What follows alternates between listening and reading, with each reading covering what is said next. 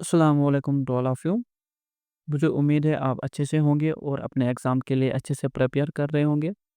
अगर आप जेके एसएसबी या एसएससी एग्ज़ाम्स को टारगेट कर रहे हैं या अगर आप जेके एसएसबी के अंडर एफएए, स्टॉक असिस्टेंट या पुलिस कांस्टेबल को फ़ोकस कर रहे हैं, तो उसमें जो कंप्यूटर है ना, ये बहुत अच्छा वेटेज देता है आपको।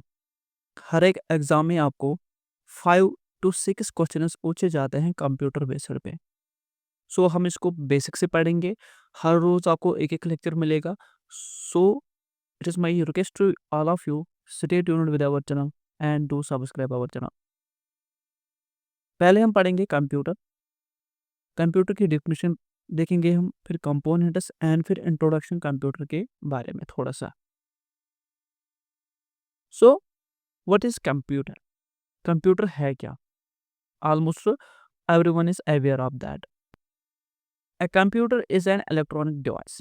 यानी कि हम कह रहे हैं जो एक कंप्यूटर होता है ये एक इलेक्ट्रॉनिक डिवाइस है।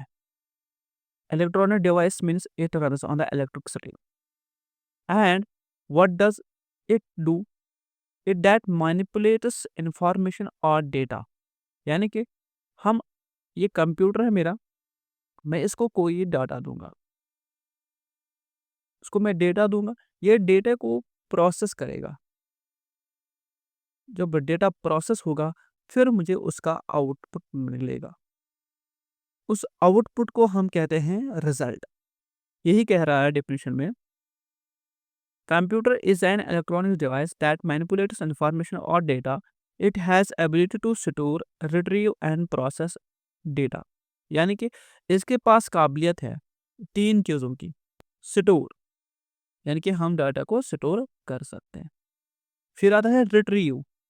सर रिट्रीव का मतलब क्या होता है? हासिल करना। हम इसे डेटा को या इंफॉर्मेशन को हासिल कर सकते हैं।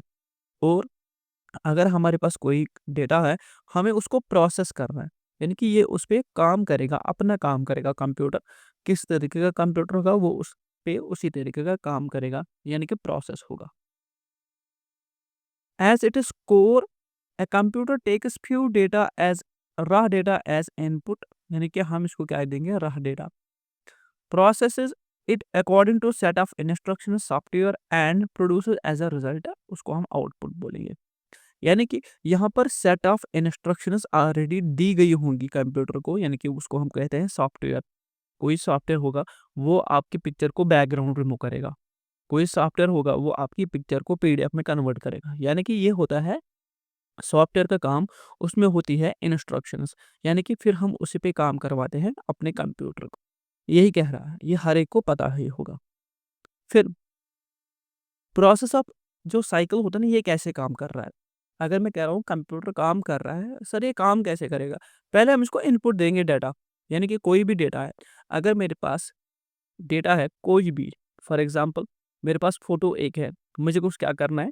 मुझे इसका बैकग्राउंड जो है, बैकग्राउंड उसको रिमूव करवाना है। तो मैं क्या करूँगा? मैं इस डेटा को अपने कंप्यूटर में डालूँगा। कंप्यूटर में जब डालूँगा, उसके पास एक चिप होता है, उसको हम बोलते हैं प्रोसेसर। यानी कि उसको हम बोलते हैं सीपीयू भी बोलते हैं हम उसको, सेंट्रल प्रोसेसिंग यूनिट।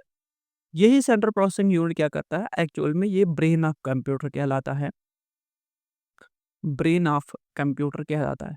सो ये ब्रेन ऑफ कंप्यूटर इस पे अपना काम करेगा। इसको क्या काम करना होगा? इसको जो बैकग्राउंड है वो रिमूव करवाना है। फिर क्या होगा?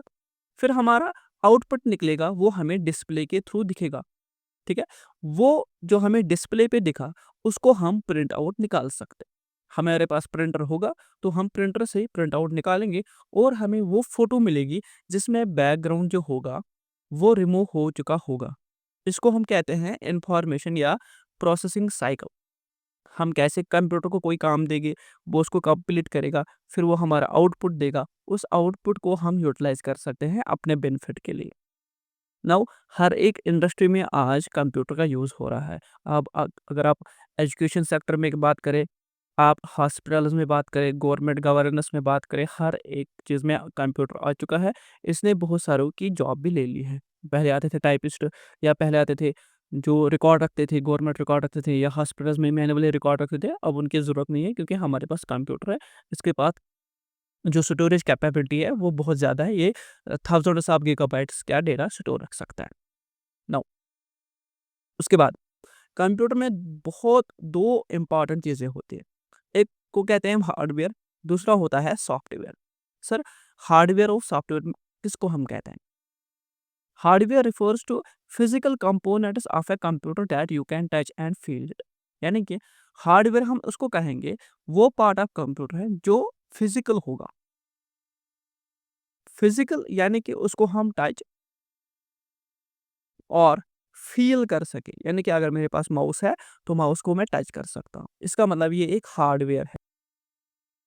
It is the machinery and electronic part, यानी कि ये मशीनरी हो सकती है या इलेक्ट्रॉनिक पार्ट हो सकता है कंप्यूटर का कोई। फॉर एग्ज़ाम्पल अगर मैं बात करूँ, यहाँ पर मॉनिटर की बात हो रही है, कीबोर्ड की बात हो रही है, सीपीयू की बात हो रही है, हार्ड ड्राइव की बात हो रही है। ये सारे के सारे क्या होते हैं? हार्ड ड्राइव सॉरी हार्डवेयर होता है ये सारा कुछ। नाउ उसके बाद आते हैं सॉफ्टवेयर्स। सॉफ्टवेयर हमको किसको कहते हैं? Software is the set of instructions, यानी कि सॉफ्टवेयर कुछ नहीं होता है, ये एक प्रोग्राम होता है, उसमें सेट ऑफ इंस्ट्रक्शंस होता है। कि फॉर एग्ज़ाम्पल अगर आपको इस तरीके का फाइल आएगा, उसको हम किस तरीके से टैकल करेंगे। Now software is the set of instructions that tell us the hardware what to do. यानी कि सॉफ्टवेयर हार्डवेयर को बोलेगा आपको करना क्या है। एंड ये किसका बना होता है? मैंने आपको पहले ही बोला, ये कोड और प्रोग्राम्स का बना होता है। फॉर एग्ज़ाम्पल अगर मैं बात करूँ एग्ज़ाम्पल्स की, यहाँ पर आप विंडोज़ देख सकते हो, विंडोज़ जो ऑलरेडी हम यूज़ करते हैं। वेब ब्राउज़र्स हम यूज़ करते हैं, गेम्स हम यूज़ करते हैं, वर्ड प्रोसेसर्स यानी कि हम MS Paint, MS Word, Excel use कर रहे हैं, वो सारे के सारे क्या है? सॉफ्टवेयर्स है। सॉफ्टवेयर्स में क्या है कि देखिए, अगर आपको स्लाइड्स बनानी है, अगर आपको प्रेज़ेंटेशन बनानी है, तो आप प्रेज़ेंटेशन वाली एप्लीकेशन है उस पे जाओगे। आप वर्ड वाली एप्लीकेशन पे नहीं जाओगे। आप एक्सेल वाली फाइल पे नहीं जाओगे। क्यों?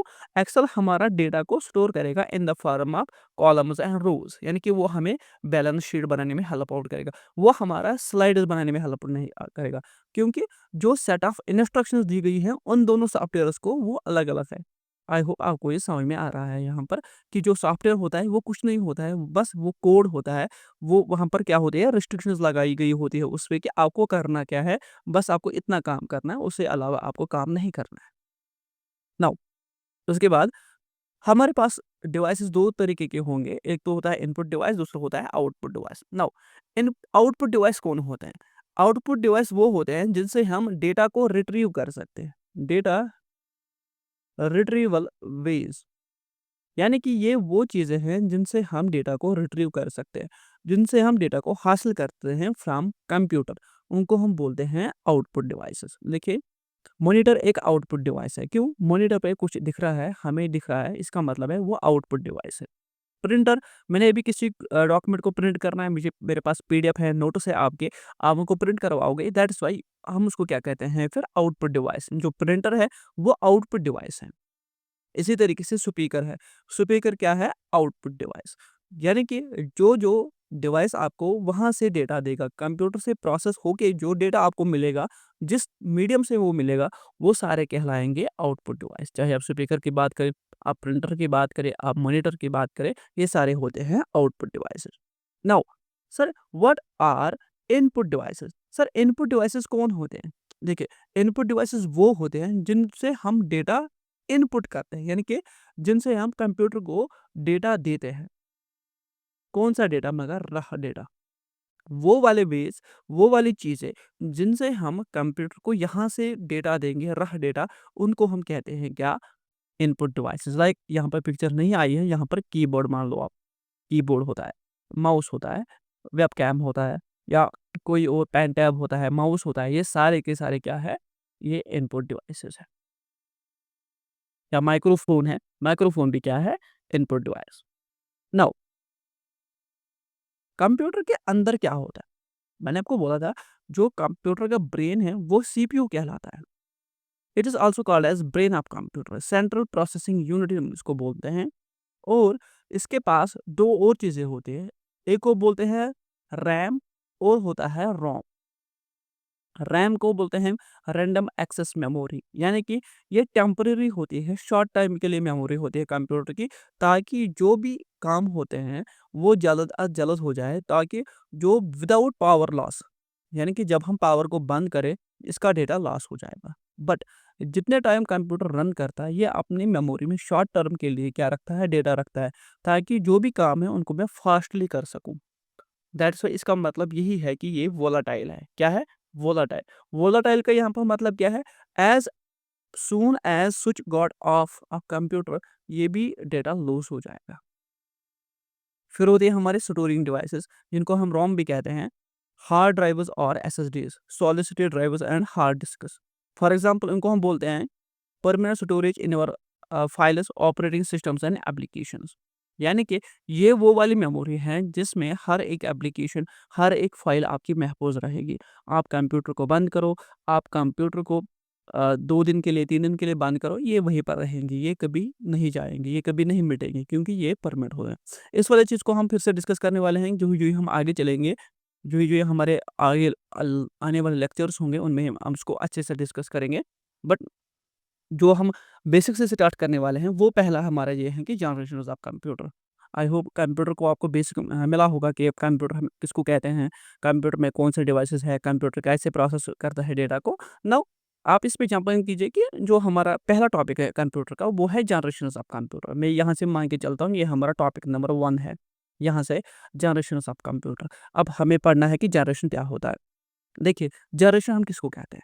जनरेशन हम कहते हैं refers to the state of improvement in the product development process. यानी कि जो ही कोई नया प्रोडक्ट आता है, फॉर एग्जांपल जब मोबाइल नया आया था, मोबाइल, मैं मोबाइल की बात करूँगा, एनालॉजी यहीं से समझाऊँगा मैं आपको। जब मोबाइल नया-नया आता आया था 2007, 2005, इसी टाइम में आया था पहला कीपैड मोबाइल। तो पहले कीबोर्ड था, ठीक है? कीपैड मोबाइल था, इसमें एक सिम डलता था। या पहले मोटोरोला का फ़ोन आता था, उसमें खाली एक सिम डलता था, आप उसमें सिम भी चेंज नहीं कर सकते थे। फिर डेवलपमेंट हुआ कि थोड़ा-सा हम सिम चेंज कर सकते हैं। इसी तरीके से आज हमारे पास क्या है? स्मार्टफ़ोन्स है। स्मार्टफ़ोन है हमारे पास, यानी कि जो पहला वाला फ़ोन है, जो आज का फ़ोन है, इसमें लॉट ऑफ डिफरेंसेस है, टेक्नोलॉजी का डेवलपमेंट हो गया है। उसी को हम कहते हैं जनरेशंस। यानी कि जो पहला वाला फ़ोन आया था, वो फर्स्ट जनरेशन है। आज पता नहीं कितने जनरेशंस हो गए तब से, 5 हो गए, 6 हो गए। इसी तरीके से हम इनको कहते हैं जनरेशंस। यानी कि इसमें क्या होता है, प्रोडक्ट की डेवलपमेंट होती है, किससे? Similarly we can say generation of computer refers to the state of improvement of computer technology. यानी कि पहले कंप्यूटर आया था, वो बहुत सिंपल था। जो ही टाइम ने तरक्की की और इंसान ने जो अच्छे-अच्छे इक्विपमेंट्स है कंप्यूटर के लिए वो बनाना शुरू कर दिए, तो कंप्यूटर की जो जनरेशन्स है वो एडवांस होने लगी। तो हम उसको कहते हैं जनरेशन, यानी कि जो पहला आएगा उसको हम कहेंगे फर्स्ट जनरेशन। जो ही हमारे लगा कि हमें इसको इम्प्रूव करना चाहिए, हमें इसमें थोड़ा-सा और टेक्नोलॉजी को ऐड करना चाहिए, जो इसका दूसरा मॉडल आएगा वो कहलाएगा जनरेशन 2। इसी तरीके से हमारा कंप्यूटर है, पहले जनरेशन 1 आया, फिर 2, फिर 3, फिर 4 और आज हमारा 5th जनरेशन चल रहा है। Now generation of the computer में फर्स्ट जनरेशन है, इसको हम कहते हैं वैक्यूम ट्यूब, ठीक है ना? सेकंड जनरेशन इसको हम कहते हैं ट्रांजिस्टर्स, थर्ड इसको हम कहते हैं आईसीज़, फोर्थ जनरेशन को कहते हैं माइक्रो प्रोसेसर्स। नाउ जो फर्स्ट जनरेशन है, आप देखिए यहाँ पर 1946 टू 1958 तक, ये आपको डेट याद रखनी है। It is very, very important. ये एग्ज़ाम में पूछने के लायक क्वेश्चन है कि जो फर्स्ट जनरेशन ऑफ कंप्यूटर है, वो किन 2 पीरियड्स के दरमियान हुई थी, या वो कंप्यूटर किस टाइम पीरियड में था अवेलेबल दुनिया में। तो आपको याद रखना है, वो 1946 टू 1958 तक अवेलेबल था। इनको हम कहते हैं वैक्यूम ट्यूब कंप्यूटर्स भी, क्योंकि इनमें जो प्रोसेसर होता था, क्या होता था? प्रोसेसर। उनमें क्या होते थे? वैक्यूम ट्यूब्स होते, वैक्यूम ट्यूब्स होते थे। दैट्स व्हाई इनको हम बोलते हैं वैक्यूम ट्यूब जनरेशन में। देखिए, the first generation computer period starts in 1946 with ENIAC. ये आपको याद रखना है, इनैक। जो पहला कंप्यूटर बना था, उसका नाम इनैक था। इसका नाम था electronic numerical integrator and computer. और दूसरा था UNIVAC, universal automatic computer, developed by 2 scientist थे, प्रेस्पर एंड जोहान। इन्होंने इसको डेवलप किया था, ठीक है ना? तो आपको ये याद रखना है, इसमें हमारे 2 क्वेश्चंस बन सकते हैं। एक ये पीरियड के बारे में क्वेश्चन पूछा जा सकता है, या इनकी जो फुल फॉर्म है, इनका जो एब्रिविएशन है वो पूछा जा सकता है, ENIAC और UNIVAC का। दूसरा जो हमारा यहाँ पर कंप्यूटर में लैंग्वेज यूज़ की गई थी, वो थी मशीन लैंग्वेज, ठीक है ना? तो इसमें लैंग्वेज यूज़ की थी, वो कोड नहीं था, वो मशीन लैंग्वेज थी। एंड आपको याद रखना था ये बहुत बड़े होते थे, ये फुल रूम को ऑक्यूपाई करते थे, ऑक्यूपाई फुल रूम, और ये वर्ल्ड वॉर 2 के आसपास बनने शुरू हो गए थे। नाउ हम देखेंगे अब फीचर्स ऑफ फर्स्ट जनरेशन। क्या? इट इज़ वेरी स्लो, ये बहुत स्लो था। इट इज़ वेरी एक्सपेंसिव, बहुत ज़्यादा मतलब एक्सपेंसिव था। It is very huge, as big as the size of room, ये बहुत बड़े होते थे, एक रूम का साइज़ लेते थे। नाउ यहाँ पर आप लिमिटेशंस देख सकते हैं। Produce lot of heat, obviously ये इनका एफिशिएंसी लेवल बहुत कम था, तो ये बहुत ज़्यादा हीट को जनरेट कर रहे थे। नॉट रिलायबल, यानी कि ये भरोसे के लायक नहीं थे। इसमें प्रोग्राम जो कैपेसिटी थी वो बहुत थी, और इसमें क्या किया गया था, इसमें मशीन लैंग्वेज को यूज़ किया था। इसमें जो कोडिंग लैंग्वेज है वो यूज़ नहीं की गई थी। नाउ उसके बाद सेकंड जनरेशन। सेकंड जनरेशन कहाँ तक स्टार्ट हुई थी? 1959 से 1964 तक यहाँ पर दूसरी जनरेशन स्टार्ट हुई थी। इसको हम बोलते हैं द एरा ऑफ ट्रांजिस्टर्स। इसमें ट्रांजिस्टर्स बनने स्टार्ट हो गए। ट्रांजिस्टर, ठीक है ना? तो आपको याद रखना है, इसमें ट्रांजिस्टर्स को यूज़ किया गया था। एंड ऑब्वियसली जो पिछली जनरेशन थे ये उससे इम्प्रूवमेंट हुई होगी।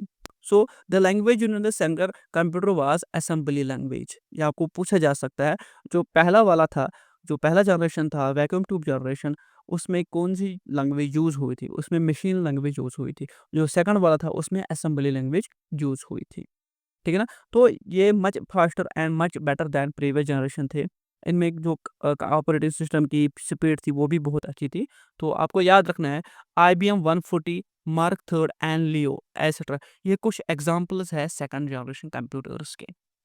IBM 140, मार्क थर्ड, लियो एटसेट्रा, ये कुछ एग्ज़ाम्पल्स है किसके? जो हमारे सेकंड जनरेशन कंप्यूटर्स थे उनके एग्ज़ाम्पल्स हैं। फिर हमारे पास कुछ फीचर्स है इसके। Features of second generation computer क्या-क्या थे? इलेक्ट्रॉनिक कंपोनेंट्स यूज ट्रांजिस्टर, इसमें ट्रांजिस्टर का यूज़ किया होगा। The size become smaller than first generation, यानी कि जो साइज़ है वो रिड्यूस हो गया। अगर वो एक रूम को ऑक्यूपाई कर रहा था, ये एक कोने को ऑक्यूपाई कर रहा था। The operating speed became higher, the cost became low. Obviously जब जो टेक्नोलॉजी इम्प्रूव होती है तो कॉस्ट भी खुद ब खुद नीचे आ जाती है। नाउ इसकी कुछ लिमिटेशंस भी थी, सेकंड जनरेशन कंप्यूटर की कुछ लिमिटेशंस भी थी। It produce heat, its speed was settle low, memory was less, यानी कि इसमें कुछ खामियां और थी। ये फिर से इसमें हीट का जो प्रोडक्शन है वो ज़्यादा हो रहा था, ये बहुत स्लो था। As compare to today's computer it was very slow. Now we are going to discuss about the third generation. इसको हम बोलते हैं आईसीज, इंटीग्रेटेड सर्किट्स। इनको हम कभी कभी मिनिएचर कंप्यूटर्स भी बोलते हैं। जो थर्ड जनरेशन है ये 1970s के आसपास यूज हुई थी।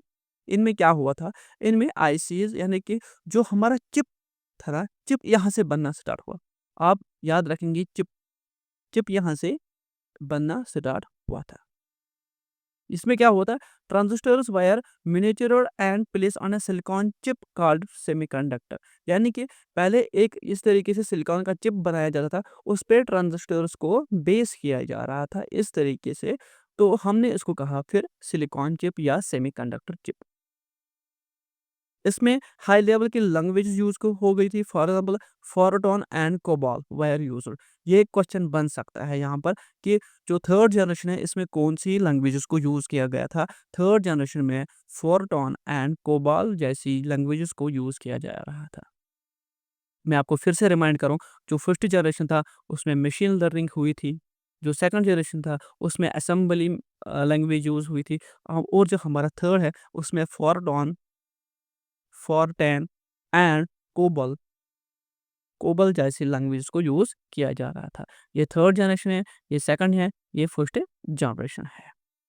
फॉर एग्जांपल अगर आप एग्जांपल्स की बात करें, आईसीएल, सीडीसी, आईबीएम 360, आईसीएल 1900, ये कुछ कंप्यूटर्स के एग्जांपल्स हैं। नाउ फीचर्स हम देखेंगे थर्ड जनरेशन के। देखिए, फीचर ऑफ थर्ड जनरेशन देखेंगे हम। The electronic components used integrated circuits, यानी कि इसमें आईसीज का यूज किया गया था। The size became much smaller, यानी कि साइज ऑब्वियसली जो ही हम टेक्नोलॉजी में एडवांसमेंट करते हैं, जो भी हम चीज़ बनाते हैं, उसका जो साइज है वो छोटा होता है ताकि हम छोटी सी चीज़ में बड़ा सा काम ले जाएंगे। नाउ जो ऑपरेटिंग स्पीड थी वो बहुत बढ़ गई थी, एंड ऑब्वियसली बात है कि जो प्रोसेसर्स है, जो कॉस्ट है, वो कम आ गई। इससे हमें हेल्प आउट हुआ कि जो हम कंप्यूटर हैं ये हम लोगों तक पहुंचा सकें। नाउ तो फोर्थ जनरेशन है आज जो हम अभी यूज़ कर रहे हैं 1971 से इसको हम कहते हैं फोर्थ जनरेशन। फोर्थ जनरेशन में क्या माइक्रो प्रोसेसर्स यूज़ करते हैं। The microprocessor chip introduced in 1974 defines fourth generation computers. The size of computer become too small and thousands of integrated circuits were built on a single chip. यानी कि जो chip था इस पे thousands of ICs को develop किया गया है। इसमें भी फिर से ट्रांजिस्टर्स का यूज होता है मगर वो बहुत छोटे होते हैं। एंड इसको हमने एक स्मॉल डेस्क पे लाया किसको, या आज हम अपनी हथेली पे भी कंप्यूटर को यूज कर रहे हैं। अगर आप अपने मोबाइल को देखो वो ऑलमोस्ट एक कंप्यूटर की शक्ल ले चुका है। नाउ इसमें फिर सपोर्ट आया किन चीज़ों का, नेटवर्क का सपोर्ट आया, इसमें एक इंटरनेट का सपोर्ट आया, तो बहुत सारी चीज़ें इसमें डेवलप हो गई। और आज जो हमारे कंप्यूटर की लैंग्वेजेस होती हैं वो बहुत सारी होती है, यानी कि इसमें जावा होता है, जावा स्क्रिप्ट्स होते हैं, सी प्लस प्लस, बहुत सारी लैंग्वेज आ गई है आज कंप्यूटर की जो दुनिया में।